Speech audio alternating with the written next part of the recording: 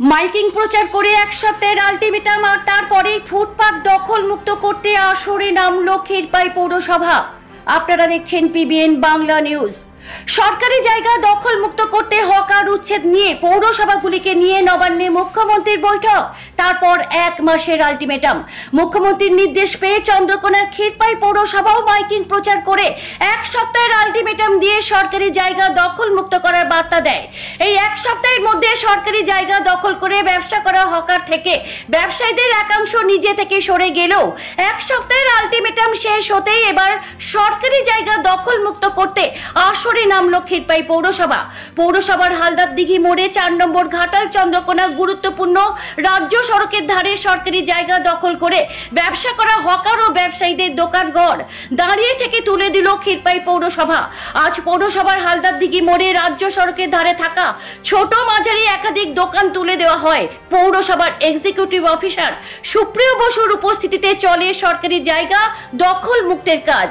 Miking প্রচার সত্ত্বেও এবং এক সপ্তাহের সময়সীমার মধ্যে এখনো সরকারি জায়গা বা ফুটপাত দখল করে রয়েছে এমন হকার থেকে ব্যবসায়ীদের আজকের মধ্যে সরকারি জায়গা দখল মুক্ত করার নির্দেশ দেন পৌরসভার এক্সিকিউটিভ অফিসার সুপ্রিয় বসু। আজকের মধ্যে সরকারি জায়গা থেকে না সরলে পৌরসভা নিজে থেকে সরিয়ে দেবে বলেও সরকারি জায়গায় বসবাসকারীদের জানিয়ে দেওয়া হয়।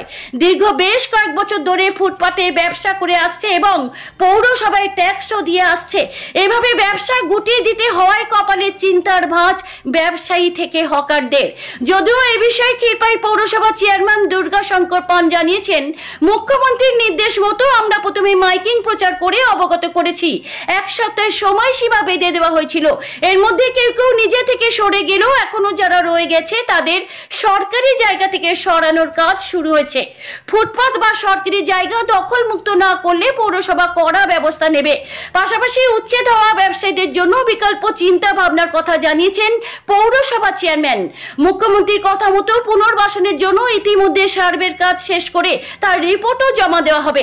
সরকারি জায়গা দখল মুক্ত করতে ঘাটাল মহকুমার 5টি পৌরসভার মধ্যে ক্ষীরপাই পৌরসভার তৎপরতা দেখা গেলেও বাকি 4টি পৌরসভার ক্ষেত্রে তেমন উদ্যোগ নজরে আসেনি, আর তা নিয়েই উঠছে প্রশ্ন।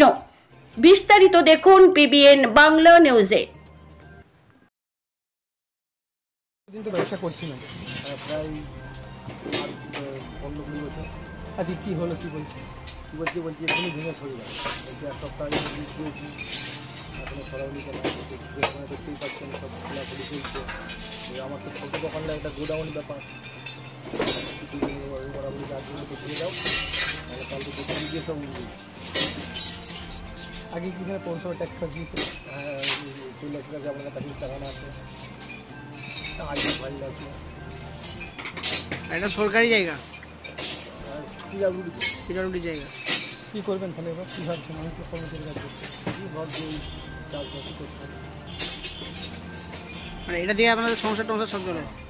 বাবা মা পাশে তো অনেক বাড়িঘর তো অলরেডি ভাঙা হয়ে গেছে, শুরু করে দিচ্ছে। আপনি রেখে দিলেন কেন? আমার এই দোকানটা বড়, আমি তো খুলে দিয়েছি, খুলে দিচ্ছি, কাজ করছেন। কী নাম আপনার? শেখ শাহজাহান আলী। ফুটপাতে যারা দখল করে আছে পৌরসভার তরফ থেকে কাজটা অভিযান নামে কী নির্দেশ দেওয়া আছে? আমাদের নির্দেশ দেওয়া হয়েছে যে আমরা বারবার মাইক প্রচার করেছি এবং সতর্ক করেছি যে ফুটপাত দখল করবেন না, ফুটপাত ছেড়ে আপনারা আপনাদের ব্যবসাপত্র করুন। এবং আমাদের ওখানে একটি বাস স্ট্যান্ড তৈরি হচ্ছে, বাস স্ট্যান্ডেও কিছু কিছু এনক্রোচমেন্ট আছে, তাদেরকেও বলেছি, অনেকেই খুলে নিয়েছে, আবার কেউ কেউ এখনও খুলেনি।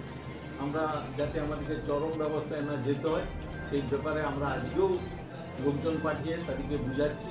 যদি না শুনে তাহলে আমাদেরকে বাধ্য হয়ে চরম ব্যবস্থাতেই যেতে হবে, যাতে বাস স্ট্যান্ড তৈরি করতে পারি এবং যারা একদম ফুটপাত দখল করে ব্যবসা করছে তাদের বিরুদ্ধেও আমাদেরকে ব্যবস্থা নিতে হবে। তাহলে কি মুখ্যমন্ত্রীর নির্দেশের পরে আপনারা শুরু করছেন?